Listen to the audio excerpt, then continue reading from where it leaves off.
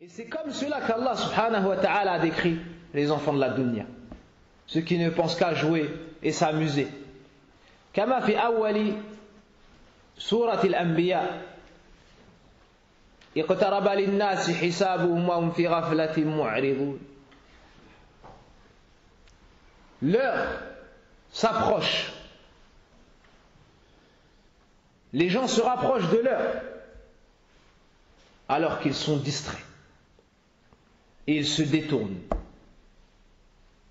ما تأتيهم من ذكر من ربهم محدث إلا استمعوه وهم يلعبون ما يأتيهم ذكر من ربهم محدث من ذكر من ربهم محدث إلا استمعوه وهم يلعبون لاهية قلوبهم.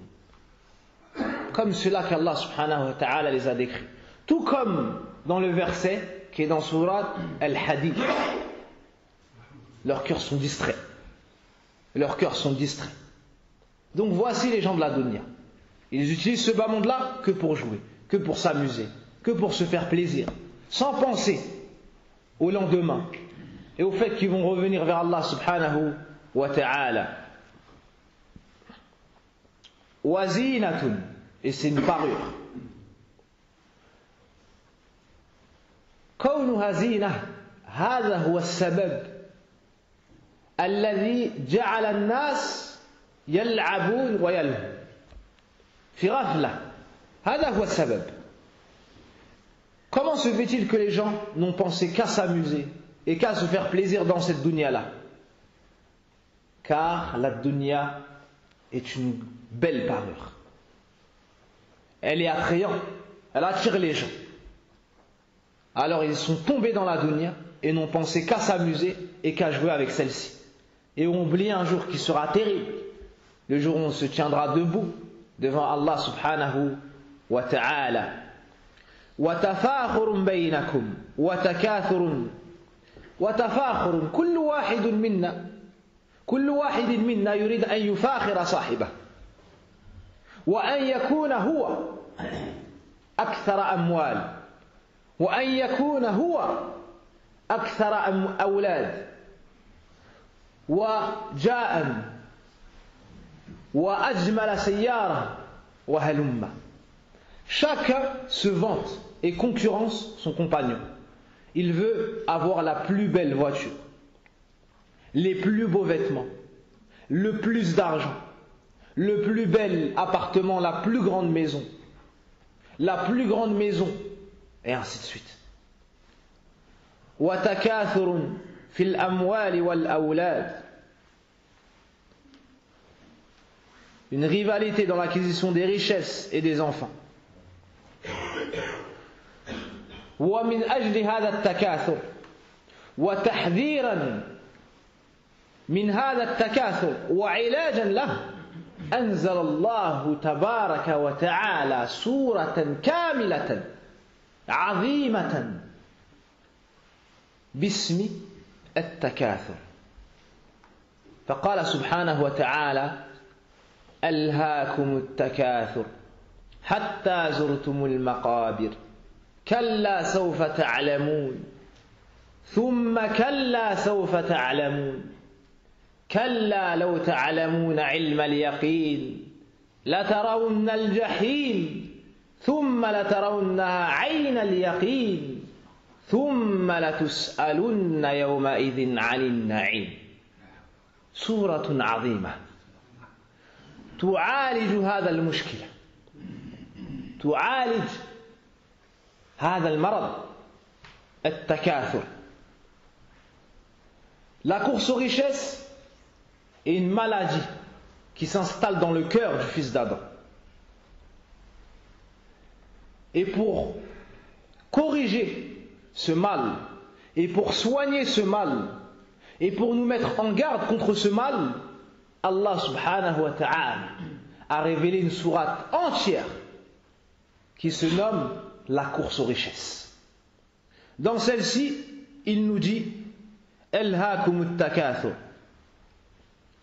أي شغلكم التكاثر شغلكم عن الغاية التي لأجلها خلقتم عن عبادة كثيرة كزيارة الأقرباء وبر الوالدين وزيارة المرضى والإنفاق في سبيل الله والهجرة طالب العلم وهلم ألهاكم التكاثر la course aux richesses vous distrait,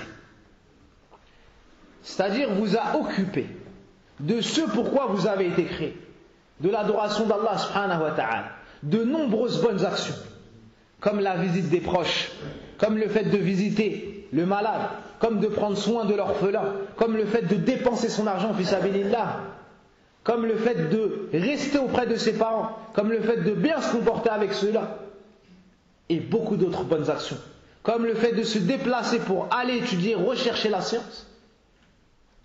Qu'est-ce que nous a distrait de cela, mes frères? At-takathur, la course aux richesses. La course aux richesses.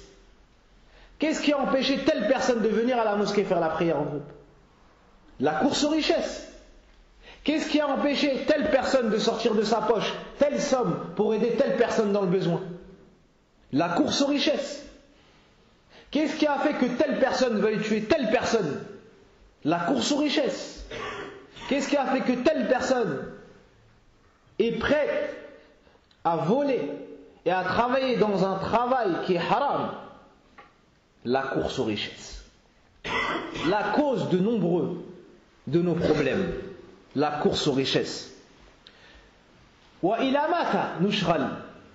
إلى متى عن الأمر الذي لأجله خلقنا الله سبحانه وتعالى وأوجدنا من العدم؟ الجواب الآية الثانية من هذه السورة حتى زرتم المقابر. أتدري ما القبر يا عبد الله؟ أتدري ما القبر؟ Donc, jusqu'à quel moment on va être distrait de la cause pour laquelle Allah subhanahu wa ta'ala nous a tous créés à partir de rien? Jusqu'à quand on va courir derrière la dunya comme si on avait été créé que pour celle-ci? Jusqu'à quand? La réponse est le deuxième verset. Hatta zurtumul maqabir. Jusqu'à ce que vous visitiez les tombes. Est-ce que tu sais quel est cet endroit? La tombe. C'est l'endroit où on va tous passer. C'est l'endroit, non pas où on va finir, car ça n'est qu'un passage. C'est pour cela que si tu médites ce verset, tu verras qu'Allah subhanahu wa ta'ala a utilisé le mot visite. Visite. Pour que tu comprennes que ça n'est qu'un lieu de passage. Ça ne se finit pas comme ça, non. Après tu seras ressuscité, tu seras jugé et tu rendras des comptes. Et tu rendras des comptes. La tombe, c'est ce qui a empêché les gens pieux de dormir toute la nuit. De peur de ne pas avoir utilisé cette dunya à bon escient. La tombe, c'est ce qui a fait couler les larmes des gens pieux avant nous. Et jusqu'aujourd'hui. Uthman ibn Affan radiallahu anhu. هذا الرجل العظيم الصالح كان إذا وقف أمام قبر أو ذكر له القبر بكى بكاء شديدا. Uthman radiallahu anhu. Avant cela, qui est Uthman? Pour qu'on comprenne bien, Uthman radiallahu anhu est un des meilleurs compagnons du prophète sallallahu alayhi wa sallam. Le troisième calife, l'époux de deux des filles du prophète sallallahu alayhi wa sallam. C'est le gendre du prophète sallallahu alayhi wa sallam. Il s'est marié avec une de ses filles. Lorsque celle-ci décéda, le prophète sallallahu alayhi wa sallam lui a marié la deuxième. Et celle-ci aussi décéda. Il lui dit, si j'avais une troisième, je te l'aurais donnée. Allahu Akbar. Mari de la fille du prophète sallallahu alayhi wa sallam. Uthman un jour est parti frapper chez le prophète sallallahu alayhi wa sallam. Celui qui était à la porte, le prophète sallam lui a dit, ouvre-lui, permets-lui de rentrer et annonce-lui la bonne nouvelle du paradis après un malheur qui le touchera. Uthman, lorsqu'il a entendu cela, a dit Allah al-Musta'an, ou une parole semblable à celle-ci. Donc, il fait partie de ce qu'on appelle al-mubashsharina bil jannah, ceux qui ont reçu la bonne nouvelle du paradis de leur vivant. Et malgré ça, lorsqu'ils se tenaient devant une tombe, ils ne pouvaient retenir ses larmes. Il pleurait énormément, au point où sa barbe était trempée. Subhanallah. Alors on lui disait: Ya Uthman, tu parles du paradis et de l'enfer et tu ne pleures pas. Mais lorsque tu cites la tombe, te voilà dans cet état.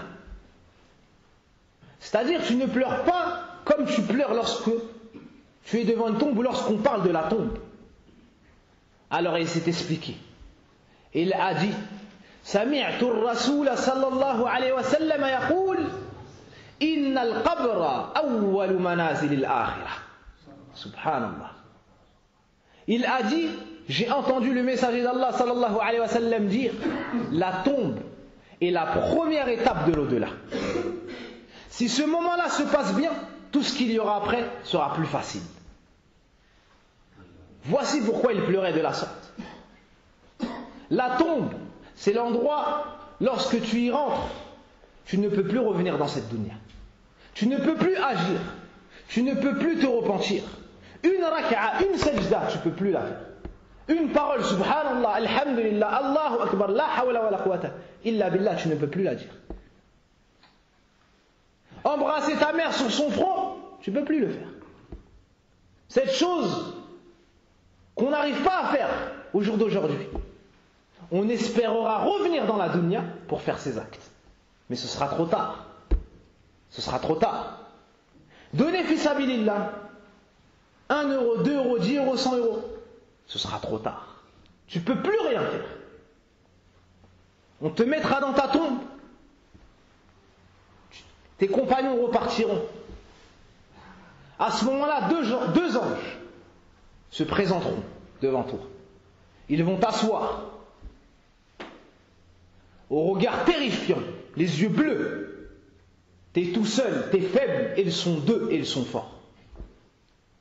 Et à ce moment-là, ils vont te questionner. Men Rabbuk, qui est ton Seigneur? Tu seras terrorisé.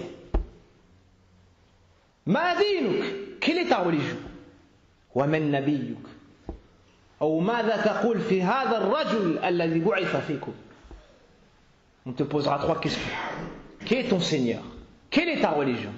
Et que tu dis de cet homme qui vous a été envoyé? Ou bien qui est ton prophète? Le croyant, celui qui aura appris sa religion dans ce bas monde-là, celui qui aura adoré Allah subhanahu wa ta'ala d'un culte sincère, Allah leur affermira. Et il répondra: Rabbi Allah, mon Seigneur c'est Allah. Dini al-Islam, ma religion est l'Islam. Et mon prophète est Mohammed sallallahu alayhi wa sallam. À ce moment-là, on entendra une voix dire: An sadaqa abdi, mon serviteur a bien répondu. Subhanallah. À ce moment-là, il aura la réussite. La vraie réussite. La vraie réussite, c'est pas que tu réunisses toute la dunya et que tu aies les plus belles épouses et les plus grandes maisons. C'est pas ça la vraie réussite. Tout ça, ça part. La vraie réussite, c'est de réussir à répondre à ces questions-là. Et d'avoir la bonne nouvelle. Et de rencontrer Allah et qu'il soit satisfait de toi. Et de finir dans son paradis. Voici la réussite. La réussite totale, complète, c'est celle-ci. Par contre, réussir ton examen, cela n'est qu'une réussite partielle. Et on se soucie plus pour nos enfants des examens dunyawi. Hein? Qu'est-ce que tu veux faire comme métier, mon fils?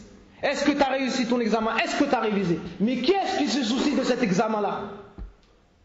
Comment ton fils va répondre à ces questions? Est-ce que tu as déjà réfléchi à ça? Voici le vrai examen. On nous a toujours dit: attention le bac, attention le bac, attention le bac. On a eu le bac. Qu'est-ce qu'on a gagné dans notre vie? Est-ce ça nous a permis de finir le Coran bi'itqan? Est-ce qu'Allah était satisfait de nous? Allahu a'lam. Est-ce qu'Allah est en colère sur nous en ce moment?